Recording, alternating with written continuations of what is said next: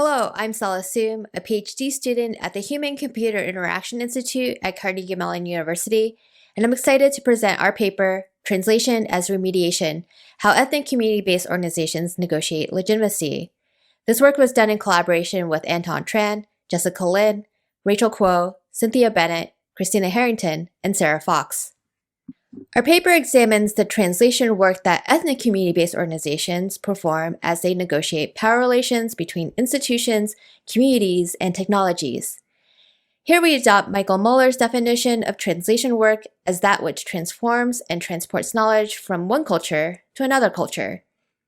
By unpacking the politics of translation across two sites, as legitimacy work and as remediation, we uncover how CBOs' translation work can inform HCI research in supporting community well-being.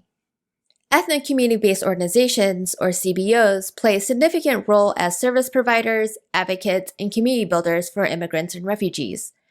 CBO workers often act as linguistic and cultural translators between communities, government, and health and social service systems. However, resource constraints, technological barriers, and pressures to be data-driven require workers to perform additional forms of translation to ensure their organization's survival. Our study centers on 7 Asian American Pacific Islander, or AAPI, CBOs in the Los Angeles metropolitan area, which is home to the largest AAPI population in the United States.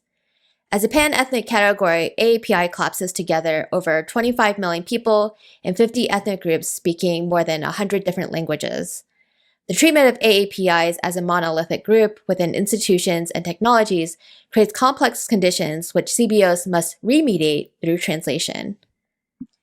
In translation studies, translation is recognized as a non-innocent act that reflects power relations between cultures. Post-colonial scholars have surfaced how translation can be an instrument of colonial domination that promotes violence, erasure, and notions of the other. For example, state-enforced ethnic deification, such as through the census, has been a part of a long history of Asian racialization in the United States.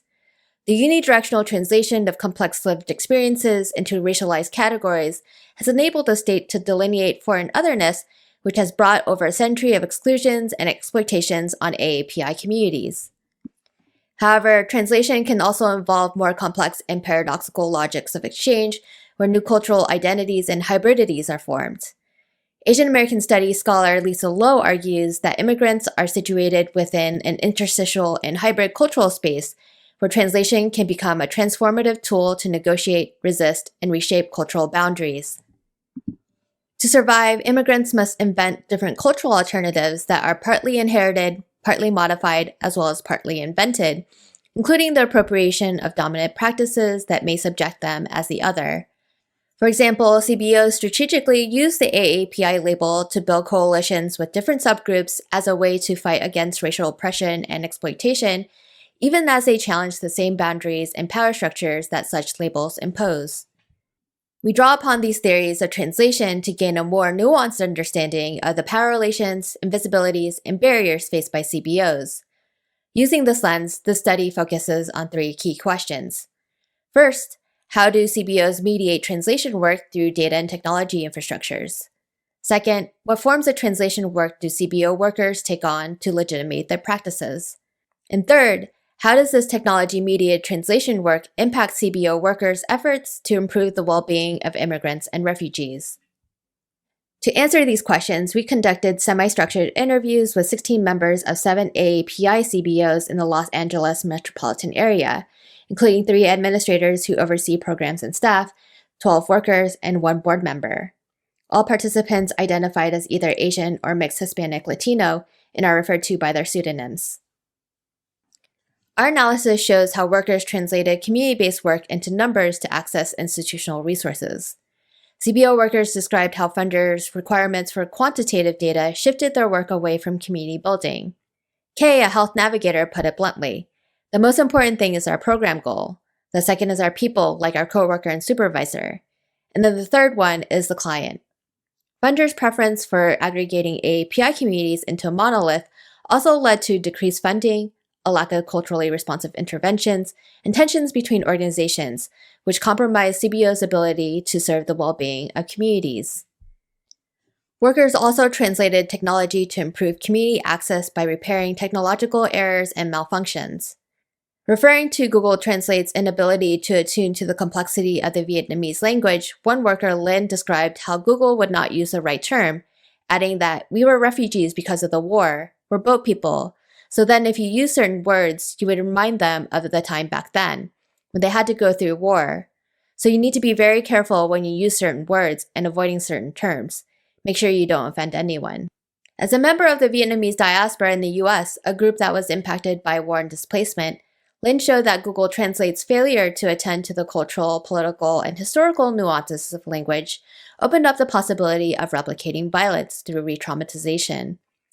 Despite the importance of translation work in bridging the gap of technologies, CBO workers also refused to use technologies in cases where they knew it would not work for their communities. Finally, workers translated data into stories for community advocacy. In reference to local city politicians, one worker, Moon, said, "When we think about how the city views our folks, we know that when we think about data, our communities are just that number. Our strategy is making sure those numbers have a story behind it, and our folks are viewed as people." By exposing the stories and people behind the data, CBOs provided powerful counter-narratives against negative assumptions made about their community, while also mobilizing constituents to put pressure on policymakers. CBOs leveraged digital organizing tools to build relationships with constituents and create new avenues for direct dialogue between them and elected officials towards community empowerment. Our findings reveal how translation work became a rich site to examine the tensions faced by CBOs as they negotiate legitimacy with different stakeholders. To receive resources from funders, workers translated their work in communities into numbers. To build trust with communities, CBO workers disaggregated them to attend to their individual differences. Workers expressed frustration when their legitimacy work for funders hindered their ability to foster trust and serve communities. Because the translation work between CBOs and funders was primarily unidirectional, this forced CBO workers to fit into the worldviews of funders with little opportunity for negotiation. Although datafication has been used as an overt mechanism to disenfranchise and discriminate against AAPIs and other minoritized groups, it also became the primary mechanism for CBOs to receive resources. This has enabled the state to define the terms for CBOs' legitimacy, where data becomes a form of social control to maintain the status quo. As demonstrated in our findings, this creates serious consequences for CBOs and their communities.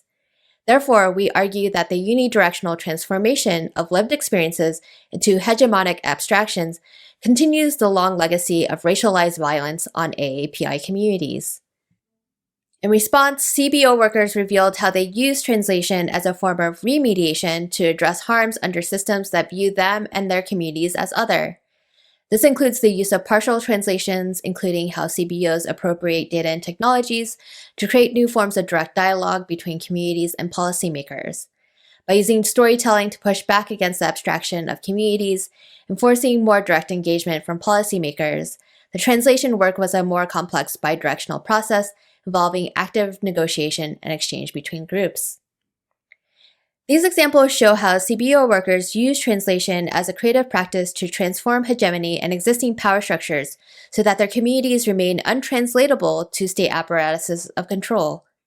As such, we position the CBO worker as a critical source of community knowledge-making who can inform HCI research and practice in supporting community well-being. We argue that HCI researchers should heavily consider the ethical implications of datafication. This requires interrogating the power structures and social-political contexts of use, which we demonstrate here through the lens of translation. Additionally, there's an opportunity for researchers to support more relational forms of legitimacy work that prioritize community knowledge, values, and resources. This includes taking a bottom-up approach to research and design, providing mechanisms for tinkering and retranslations, and supporting avenues for reflexive dialogue and exchange. Finally, we challenge researchers to resist representing communities as bounded, fixed, and homogeneous. Instead, consider the complex translation work they perform as part of their lived experiences and collective histories. By examining our own translation practices in relation to the practices of those we serve, we can open ourselves up to new ways of knowing and being, and new opportunities for building solidarity across differences. Thank you.